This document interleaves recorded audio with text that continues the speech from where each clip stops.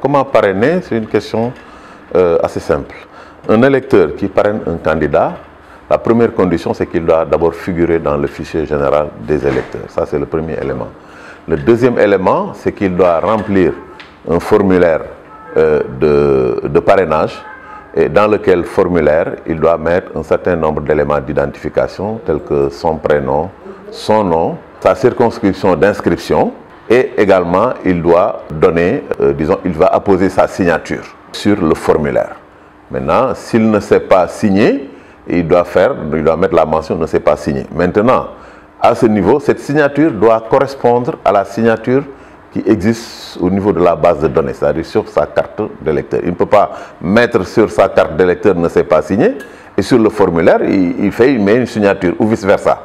Donc c'est ça en fait donc le problème pour les gens qui veulent parrainer un candidat. Maintenant, il y a d'autres éléments d'identification qui peuvent être demandés à titre complémentaire. Mais ça, il faudra attendre que le décret signé par le ministre, l'arrêté, disons, puisse sortir pour qu'on puisse avoir éventuellement ces éléments d'identification. Parce qu'on nous parle d'un discriminant pour le moment, mais bon, que tout le monde ignore. On ne sait pas encore. Peut-être que lorsque l'arrêté ministériel sortira, on saura peut-être cet élément complémentaire, ce discriminant, en quoi il consiste.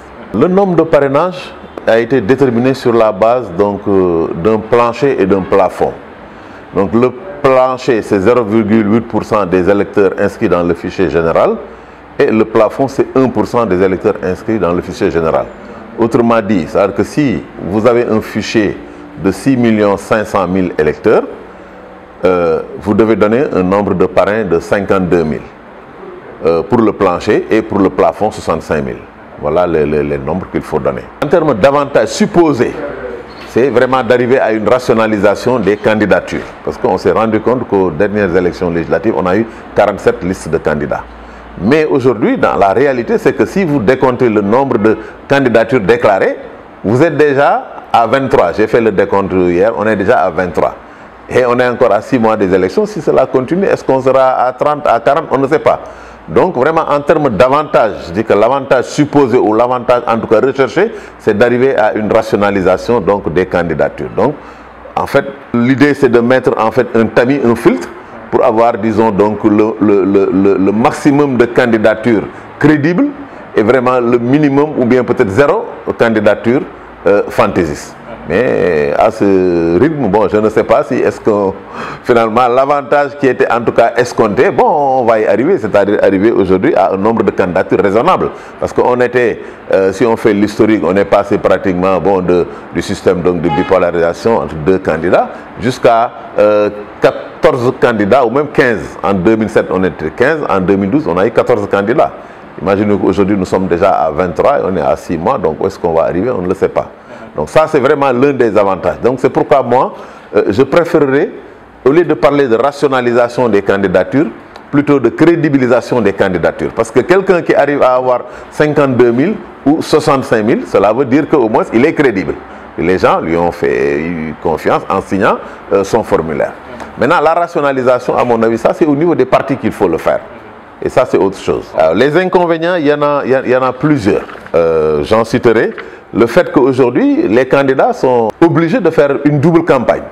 Vous êtes obligés d'aller vers les électeurs pour recueillir les candidatures. Donc, il faut mettre un dispositif, il faut aller vers les électeurs, il faut convaincre pour avoir les signatures. Ça, c'est déjà un premier élément. La deuxième chose, c'est qu'il faut aller en campagne électorale. Donc, ça fait une double activité, une double dépense pour les partis politiques. La deuxième chose, c'est qu'il y a une forte probabilité également, disons, de corruption électorale, parce que vous savez, il y a des gens qui ne donnent pas leur signature. Quelqu'un qui est militant, il peut signer pour son candidat.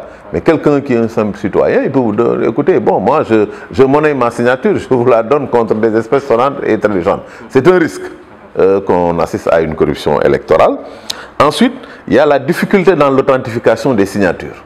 C'est un problème parce qu'aujourd'hui, vous savez, les signatures évoluent. Même si vous mettez une signature sur votre carte d'identité, sur le formulaire de parrainage, vous pouvez mettre la même signature, mais la signature peut vraiment donc évoluer un peu. On peut avoir donc une certaine nuance. Ça également, c'est un problème. Comment on peut authentifier cela? Alors, l'autre problème, c'est que bon, vous pouvez mettre sur un formulaire, bon, ne s'est pas signé, et sur la base de données et sur le formulaire, vous mettez par exemple, bon, une signe arabesque, etc.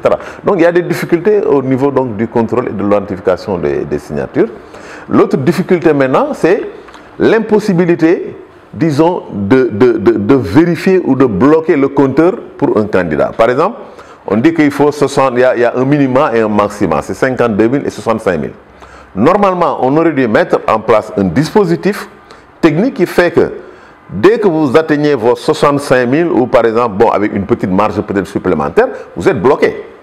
Et on a entendu des candidats dire qu'ils ont un objectif, par exemple, d'avoir 1 million de signatures ou 2 millions de signatures ou même 500 000, j'en ai entendu parler. Alors, si vous prenez 2 millions de signatures alors que vous n'avez besoin que de 65 000, mais vous asséchez le bassin. Et cela se fait contre les autres candidats parce que la loi dit que l'électeur ne peut parrainer qu'une seule fois. Si vous prenez donc 2 millions alors que vous savez que vous n'en avez besoin que de 65 000, mais vous empêchez les autres déjà donc d'accéder au bassin. Ça, c'est vraiment un des inconvénients également que j'ai noté.